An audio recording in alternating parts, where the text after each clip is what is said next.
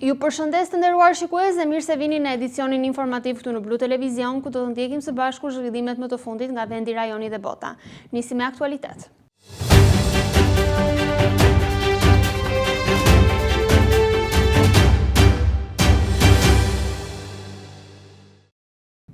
Është tensionuar sërish situata këtë të martë në hyrje të kantierit të aeroportit të Vlorës, ku kamion të kompanisë A2 Group kanë blokuar portën kryesore, duke penguar kështu hyrjen e 9 kontraktorëve të kompanisë Mapco. Siç mësohet, bllokimi me qëllim mos lejimin e vijimit të punimeve nga grupet e kontraktuara prej Mapco.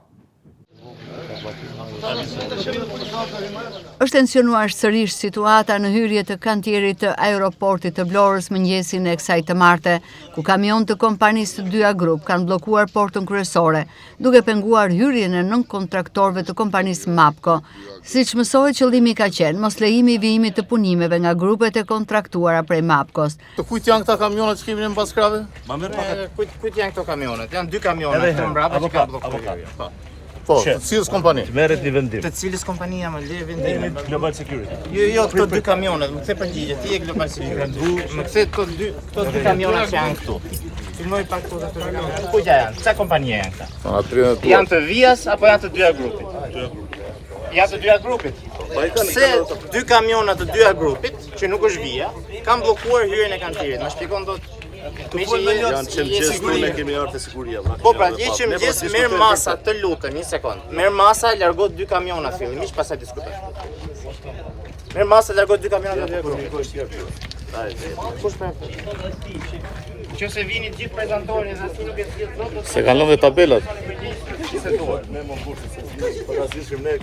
Jo, e diun. Nevojë me u penguar. E vetmja gjë që mund zgjidhni ju është që këtu janë 2 kamiona të dyja grupit, janë me logo të dyja grupit që kanë bllokuar hyrjen e kantierit.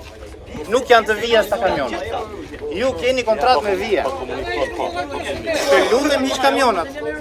Në momentet e para të përplasjes, disa prej 9 kontraktorëve të Mapcos kanë arritur të futen me forcë në ambientet e kantierit, por më pas hyrja është mbyllur sërish dhe aktualisht vijon të mbahet e bllokuar nga 2 kamion të vendosur në portën kryesore. Situata mbetet e tensionuar, ndërsa konflikti mes palëve vijon të ndikojë drejt për drejt në ecurinë e punimeve për aeroportin. Sipas raportimeve të mëngjesit, hyrja në kantier është bllokuar me kamion dhe përplasjet lidhen me mosmarrveshjen e vazhdueshme mes Mapcos dhe dyja grup për administrimin dhe vijimin e punimeve në aeroportin ndërkombëtar të Vlorës. Ndërkohë, një ditë më parë ka reaguar publikisht Vlora International Airport Via pas përplasjeve në kantierin e aeroportit, ku bën përgjegjës kompaninë e Bexhet Pacollit Mapco për ndëmtim imazhit të shoqërisë koncesionare dhe ushtrim të dhunës mbi institucionet dhe mbi administrimin ligjor të projektit. Pas ngjarjeve të një dite më parë në aeroportin e Vlorës, shoqëria koncesionare Vlora International Airport dënon me forcë ngjarjen në kantierin e aeroportit ndërkombëtar të Vlorës. Ashtu siç Via paralajmëroi publikisht dhe institucionalisht deklaratat e fundit të Mapcos dhe të zotit Pacolli për një të ashtu quajtur rikthim në kantier, nuk ishin si qëllim rifillimin real të punimeve, por krijimin e një incidenti artificial, dëmtimin e imazhit të shoqërisë koncesionare dhe ushtrimin e dhunës dhe presionit mbi institucionet dhe mbi administrimin ligjor të projektit.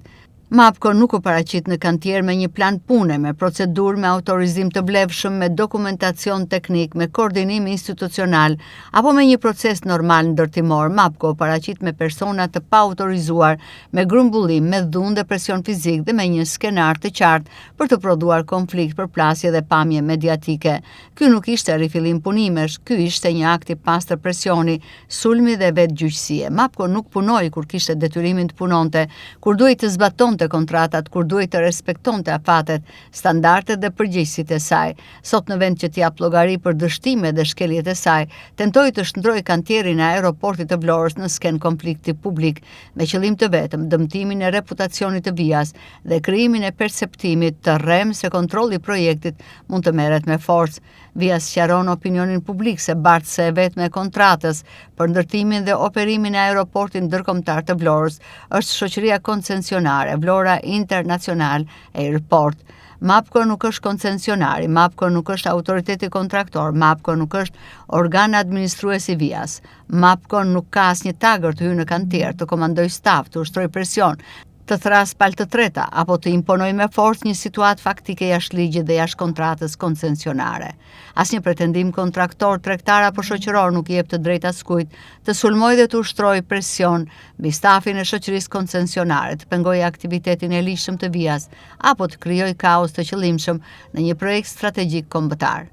Aeroporti ndërkombëtar i Vlorës nuk është pronë e MAPCO-s, nuk është sken për propagandë personale, nuk është instrument për të mbuluar dështime kontraktore. Via do të vijojë të mbrojë me çdo mjet ligjor, stafin e saj, kantierin, integritetin e projektit dhe interesin publik që lidhet me aeroportin ndërkombëtar të Vlorës, përfundon reagimi publik i shoqërisë koncesionare Via.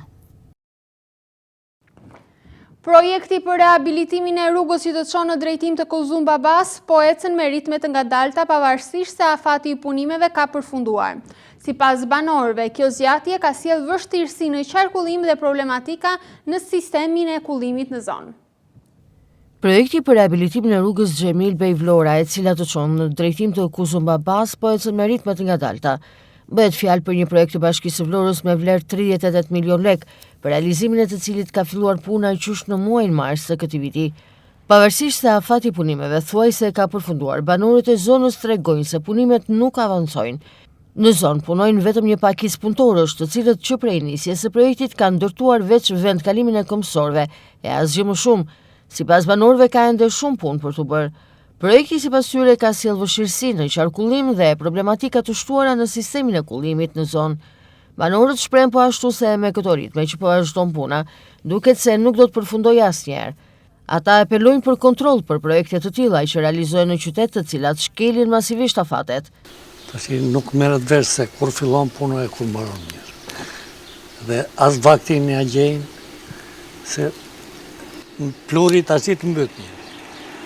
Ashtu, kur punojnë natën, as punojnë fare, kur shkrepet, kemi probleme. Po ka 2 muaja, sa ka... Po që do ne s'kalojmë do të një. Si janë ritmet e punës? Punon një punëtor, në fakt. Një punëtor? Po. Në gjithë Ose muaj shtrohet... bërnë edhe 2, fakt. Ka rasa i bërnë edhe 2. Në gjithë këto kohë që ka thuar punimi, është vetëm... Po ja, ne kam bërë me lule, na kërcuar bardha e grike, e kishim mirë ashtu. Nuk e di, ja këtu. Shiko se ka vënde që kanë lënë tubot, kanë lënë tubot, po është gatit në sipërfaqe tubo. Detrymisht e plaka do vishu. Me këtë cilësi punime është sa do rezistoj kjo? Ata se di unë, ata e stafë të di. Nuk e di. Po i urus, po. Ajo një lloj, si vjetë dhe si vjetë, njësoj është. Ajo, pse prishin e nuk e kuptuam, ujë do dalë mi të nashti, që e poshtë do dalë lartë. Po do dalë që si do blokohen ajo kanali që i kalën brenda ata është i vogël, do blokohet. Ajo e mirë ishte zonja. Vajzë qatë, e mirë shumë ishte, ajo u bë vjetë, e re. Nashti pse u bë prapë? Kjo ka një diçka. Ajo u bë vjetë shumë e mira.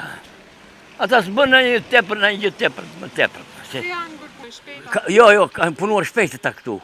Nuk e di që në majtë të kus vabri qapë, të kus vabaja. Edhe deri këtu ata ka punuar shpejt.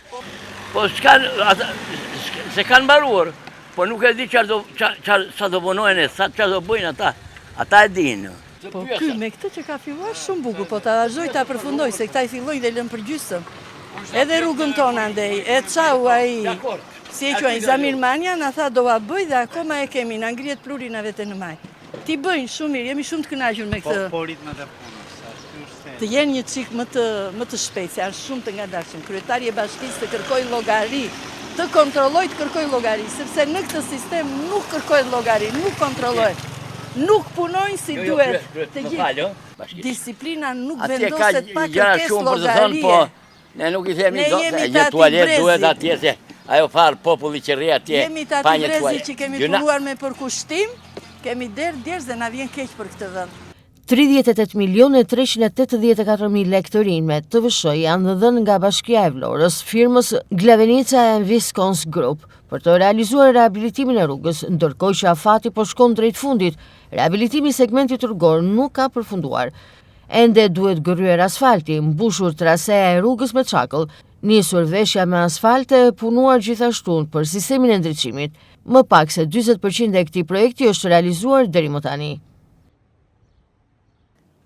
1123 maturantë në Vlorë janë nënshtruar këtë martë provimit të lëndëve me zgjedhje testit të fundit të maturës shtetërore 2026, duke përmbyllur kështu ciklin e provimeve të këtij viti. Rezultatet e këtij provimi janë përcaktuese për procesin e aplikimit dhe pranimit në universitetet publike dhe private. 1123 maturantë në Vlorë janë nështruar sot provimit të fundit të maturës shtetërore atë të lëndës me zgjedhje, pasi kanë nështruar provimet në 3 lëndët e tjera, atë të gjuhës huajt, matematikës dhe të letërsisë.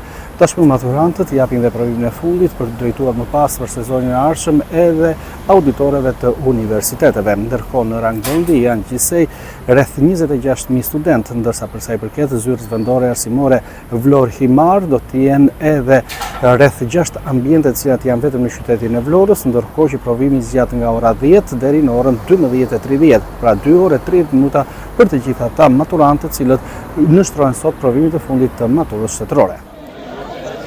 1123 maturantë në Vlorë dhe rreth 26.000 në rang vendi zhvilluan këtu të martë provimin e fundit të maturës shtetërore, atë të lëndës me zgjedhje. Maturantët e Vlorës u nënshtruan këtë të martë provimit të fundit të maturës shtetërore, duke përmbyllur kështu të gjithë procesin e testimeve për vitin shkollor 2025-2026. Në total 1123 nxënës morën pjesë në provimin e lëndës me zgjedhje, i cili konsiderohet një nga etapat përfundimtare të rrugtimit të tyre në arsimin parauniversitar. Qindra maturantë u drejtuan qendrave të testimit që në orët e para të mëngjesit, duke respektuar rregullat dhe procedurat e përcaktuara nga autoritetet arsimore. Provimi u zhvillua në kushte normale dhe nën masat e sigurisë së parashikuara nga Ministria e Arsimit dhe Sportit. Ky testim përfaqëson hapin e fundit drejt mbylljes së një etape të rëndësishme arsimore dhe nisjes së një kapitulli të ri, atë të studimeve universitare. Me përfundimin e provimit të lëndës me zgjedhje mbyllet zyrtarisht cikli provimeve të maturës shtetërore për vitin shkollor 2025-2026. Tashmë maturantët presin publikimin e rezultateve, të cilat do të përcaktojnë edhe hapat e tyre të mëtejshëm në procesin e aplikimit dhe pranimit në universitet. Vapa dhe temperaturat e larta në qendrën shëndetësore në Novosel rritet ndjeshëm numri i vizitave mjekësore. Mjeku Arben Xhuveli këshillon konsumimin e lartë të lëngjeve dhe shmangjen e ekspozimit të zgjatur në diell. Në njësinë administrative Novosel, situata gripale paraqitet në shifra të larta të personave të prekur në krahasim me një vit më parë. Arben Xhuveli, mjeku i qendrës shëndetësore Novosel, thotë se numri i pacientëve të cilët vijnë për vizitë te mjeku me probleme shëndetësore është më i lartë se vitin e kaluar. Në shtimin e problemeve shëndetësore, Xhuveli thotë se kanë ndikuar vapa dhe temperaturat e larta. Mjeku jep këshilla për pacientët, duke thënë të shmangin oraret e pikut dhe qëndrimi në diell për një kohë të gjatë. Sipas Xhuvelit, përgjatë kësaj periudhe, duhet të konsumohet sasi e madhe e ujit dhe e lëngjeve. Ka pas vazhdimisht një numër të qëndrueshëm rastesh me temperaturë, me shenja viroze, stinore, temperaturë me shfaqje gastrointestinale në formë diareje, të përzjerash, të vjellash, gjëra të tilla ose me infeksione të rrugëve të sipërme të frymarrjes, duke sikur janë raste që më të shumta sa e zakonshme janë vitet e tjera gjithmonë flasin për këtë periudhë, po gjithsesi ndoshta edhe në këtë kohë e ndryshimeve klimaterike, vapa, ndryshimet e kohës mund të jenë shumë faktorë ndoshta që ndikojnë. Në ato deklarimet që bëjmë të matje ka një rritje. Ka rritje në krahasim me vitin e kaluar, rasteve të tilla. Edhe pse janë forma të lehta që kalojnë pas një trajtimi të shkurtër për kujdesjet në shtëpi gjithmonë. Çfarë mbizotron, doktor? Çfarë janë ato simptomat? Simptomat gastrointestinale, që do me thënë simptomat të traktit tretës, që janë të përzjera, të vjella, diare, të shoqëruara me pak temperaturë, simptoma që zgjasin 2-3 ditë dhe që rekuperojnë plotësisht shumë lehtë. Drejt vapat e këto simptoma? Po sigurisht, janë gjendje që shfaqen gjatë sinës së verës, mund shfaqen ndej në çdo kohë, por janë tipike edhe të kësaj periudhe të kohës, që kanë të bëjnë me temperaturat e larta, ndryshimet e kohës. Çfarë do të thojë pacientëve? Çfarë këshillash? Këshilla e pacientëve. Këshillat kryesore e pacientëve janë përveç kësaj gjendje për cilën po flisim, këshilla kryesore sot është kujdesin nga të nxehtit. Jetojmë në një ditë shumë të nxehta, një nxehtë që zgjat gjatë ditës 24 orëshit, e cili detyrimisht shkakton dehidratime, lodhje, goditje në dielli. Kështu që këshilla kryesore është evitohet ekspozimi në diell, sidomos në orët më të nxehta, të përdoren sa më shumë lëngje, ushqime të mira, që duhet përfshin gjëra të stinës, frukta, perimet, po ujë, gjithsesi, ujë, sa më shumë ujë, për të ruajtur hidratimin e mirë. Sa i përket virozave, pastaj këshillat janë të zakonshme, një gjendje që shfaqet thjesht me një temperaturë, mund të kalohet shumë lehtë në kushte shtëpie pa simptoma, nëse simptomat vazhdojnë dhe janë më rezistente dhe e lodhin pacientin, atëherë duhet kërkojnë ndihmën e mjekut për ta kaluar më lehtë akoma.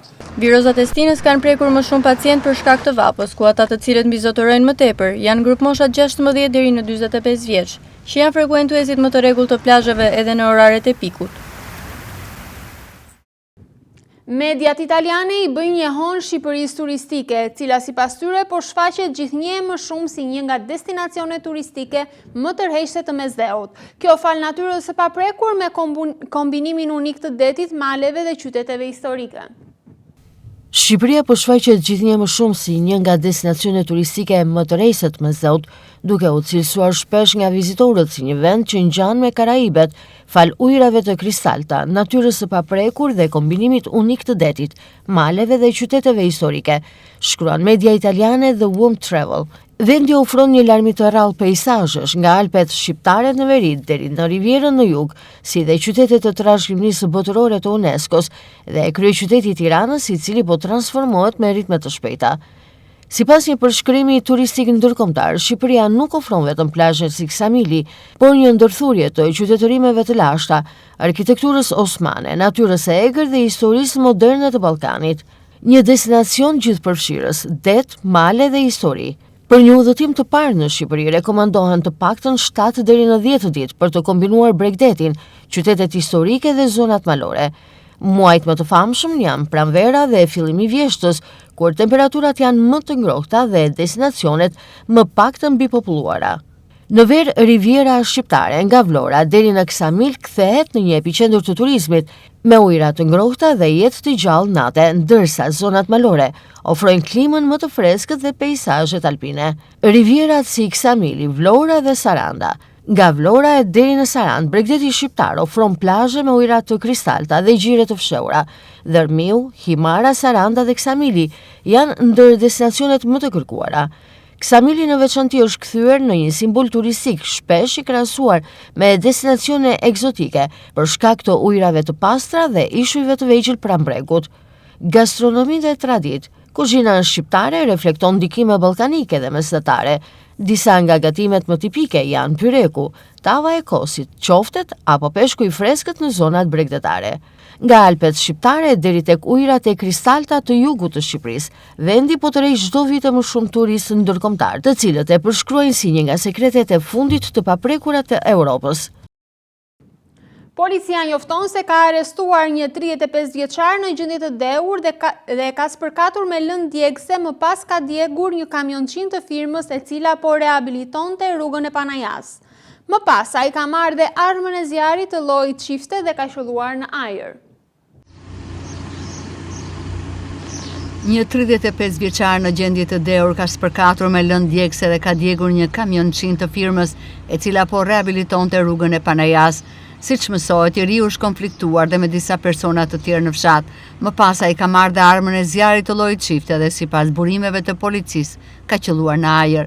Pas kësaj situate, policia ka arrestuar 35 vjeçarin, ndërsa vijojnë hetimet për zbardhjen e plotë të rrethanave. Sipas njoftimit të policisë në fshatin Panaja, dyshohet se 35 vjeçari Ea, banues në këtë fshat, pas një konflikti për motive të dobta me punonjës të një subjekti privat, që po kryente punime për shtrimin e rrugës së fshatit, ka qelluar në ajër me një armë gjau dhe më pas i ka vënë zjarr një automjeti kamionçin në pronësi të këtij subjekti. Shërbimet e policisë kanë shkuar me një vendngjarje ku kanë kapur dhe shoqëruar në komisariat për veprime të mëtejshme procedurale autorin e dyshuar. Gjithashtu është sekuestruar në cilësinë e provës materiale arma e gjaut që dyshohet se është përdorur gjatë ngjarjes. Grupi hetimor në bashkëpunim me prokurorin vijon veprimet për sqarimin e plotë të rrethanave dhe dokumentimin ligjor të ngjarjes. Të nderuar shikues, kjo është gjithçka e përgatitur për edicionin informativ këtu në Blu Televizion. Bashkë miru takofshim.